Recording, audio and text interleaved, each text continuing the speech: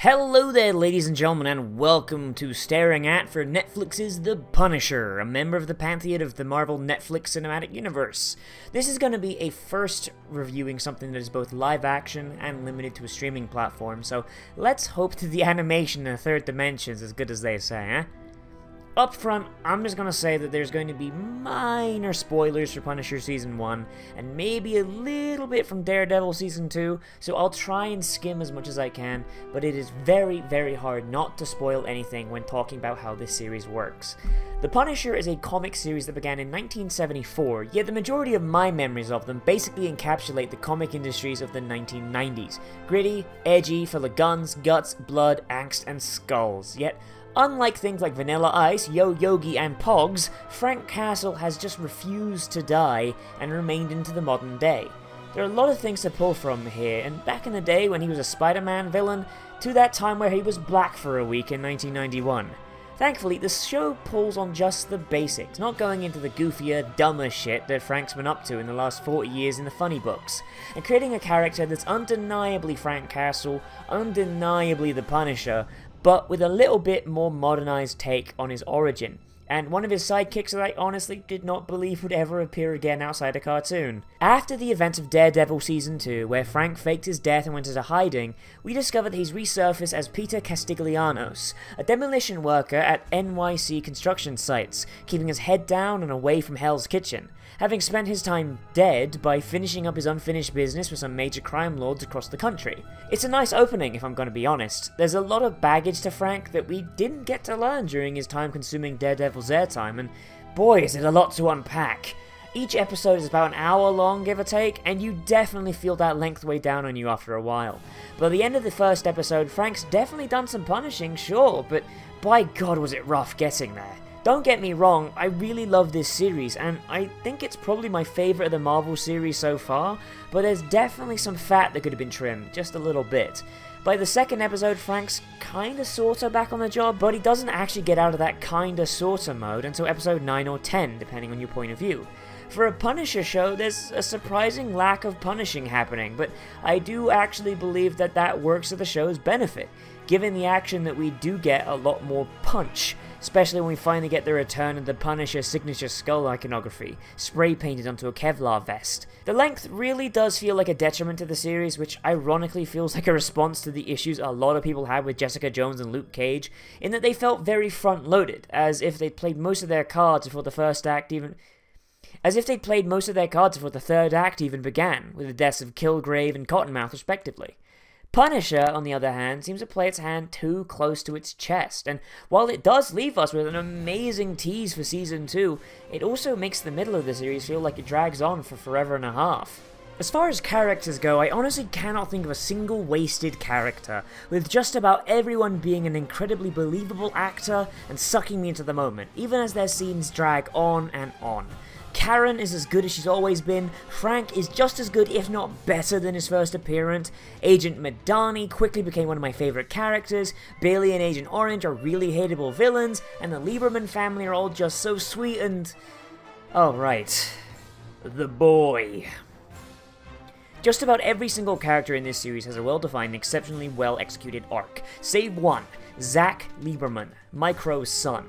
This little piece of shit is so angsty, unnecessarily violent, and just so fucking whiny that I was glad to see him leave the screen. I guess I can say that the kid's probably an okay actor behind all the whining, but the way he was written seems like he's more of an engine for the climax to happen rather than an actual character, but we'll get to that in a bit. I just don't get it. Every other character has an arc, follows it, grows, and ends it by the conclusion of the series or by their death. It just feels so out of place. He's a violent shit kid, then he's a thief, then he wants to make other kids feel bad like some sort of proto-Columbine waiting to happen, and then he's a fucking snitch. Even Billy Russo, the villain with the shallowest arc, is more interesting than him. Frank goes from despondent to vengeful to, I guess satisfied to be the word. Micro goes from paranoid asshole to family man. Madani grows to get past her hang-ups and regrets. Sam Stein actually becomes a decent fucking agent from being a no-motivation coaster. I just don't get it. It's almost like he was an afterthought, as his sister has a way deeper arc than he does. As far as villains go, we have the three main ones: Agent Orange, who we'll name Will Rawlins, Lewis, and Billy Russo. At least one of these names should be familiar to Punisher fans. Agent Orange is a CIA agent with far too much operational leeway and basically everything bad one would think when they imagine a crooked CIA agent. Lewis is a former Marine who, while potentially being a pretty clumsy social commentary on conservatives and gun rights, is actually fairly tragic. A Marine much like Castle who saw too much shit and feels like he was thrown away by a nation he's now incapable of recognizing, and is definitely a commentary on PTSD suffering veterans that may or may not be getting the support and help they need. And finally, Billy Russo, Frank's former comrade in arms who, when flashed enough cash, stabs Frank in the back with a smile. It's a really nice menagerie of villains, and they do go down in the most logical order, but the backloaded presentation of the series is a sheer detriment to this rogues gallery, as they seem to die within literally an episode of each other, in 10, 12, and 13 respectively, leaving no real time to allow those deaths to sink in to really be processed. A little better spacing would probably be appreciated, as the death of the first one leads right into the execution of the other villain's plans, and creates a heel turn that practically causes whiplash, going from surgical precision to a sledgehammer within the space of about 30 minutes. And this heel turn's result would be absolutely worthless and wasted and lead to a very quick resolution, if not for the pure luck it was that Lieberman's kid is a shit kid snitch, and is absolutely ridiculous in his actions, based on Micro's own character arc. Some of you may remember Micro from the Amazing Spider-Man cartoon in the 90s, where he joined Frank Castle in the Punisher van that was a real thing, and holy shit, can I not believe they didn't make a toy out of that? But in this version, he's David Lieberman, former NSA analyst who accidentally put Agent Orange on the Frank scent and caused the death of his family in the park those many years ago. As thanks for this accidental belief that the Marvel US government isn't corrupt, the CIA send a SWAT team after him and shoot him to death in front of his family, which he survives thanks to probably the thickest iPhone in existence, and goes underground and into hiding, posing as the rising tide hacker Micro that we hear referenced in Agents of S.H.I.E.L.D. As a result, Frank pays the Liebermans a visit every now and then to check on them for Micro, and when he's outed as being alive, Zack does the smartest thing ever, and calls the Frank Castle tip line, alerting the same cops that murdered his dad in front of him that Frank Castle sometimes hangs out at their house, leading to the kidnapping of both him and his mother, though his much more intelligent sister sneaks out of the house in the confusion. Absolutely everything that follows, every death, every piece of collateral damage beyond this point, is unequivocally caused by that little shit kid and his seemingly spite-fueled snitching. It's not like he even changes after this either. He cries to his mom about being kidnapped and such, but his whole personality barely even changes when he meets up with his family again, except maybe being a tiny bit less whiny. Congrats, kid, you have a kill count now.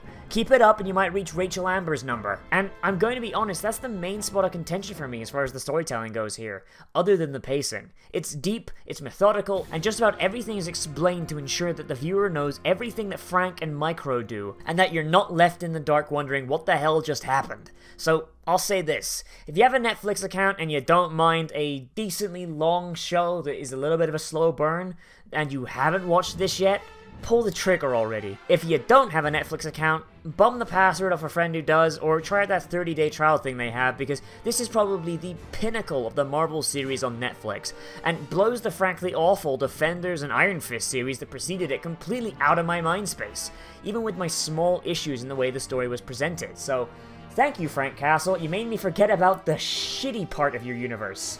Even though you really should have given Daredevil or Jessica Jones or someone a call, because they're fairly high profile in the news right now. I don't know, just kind of a thought. Anyway, everybody, so thank you all for watching. I highly recommend this show. It's really honestly my favorite thing I've seen on Netflix in a good long while, at least from the originals. And yeah, I can't wait for Punisher Season 2, when we're going to get a very special villain come back. Someone that was very close to my heart as far as Punisher villains go. Let me know what you think down there in the comments. If you've seen the show already, then hey, try not to spoil anything, but let me know whether you agree, disagree, or think I'm an asshole. Or if you haven't seen the show, let me know if you feel like you want to see it now, as well as any feedback about how this review kind of went. As always, everybody, I am Nozovix. Remember to like, comment, favorite, subscribe, share on social media if you wish. And if you want to help me keep the lights on and help me keep making this channel better, then hey, feel free to donate to the Patreon, subscribe on Twitch, or just go through TAD. All linked down there in the description of this video. And everybody, I will see you in the next video, but most importantly of all, become a trash mammal today, and I will see you around the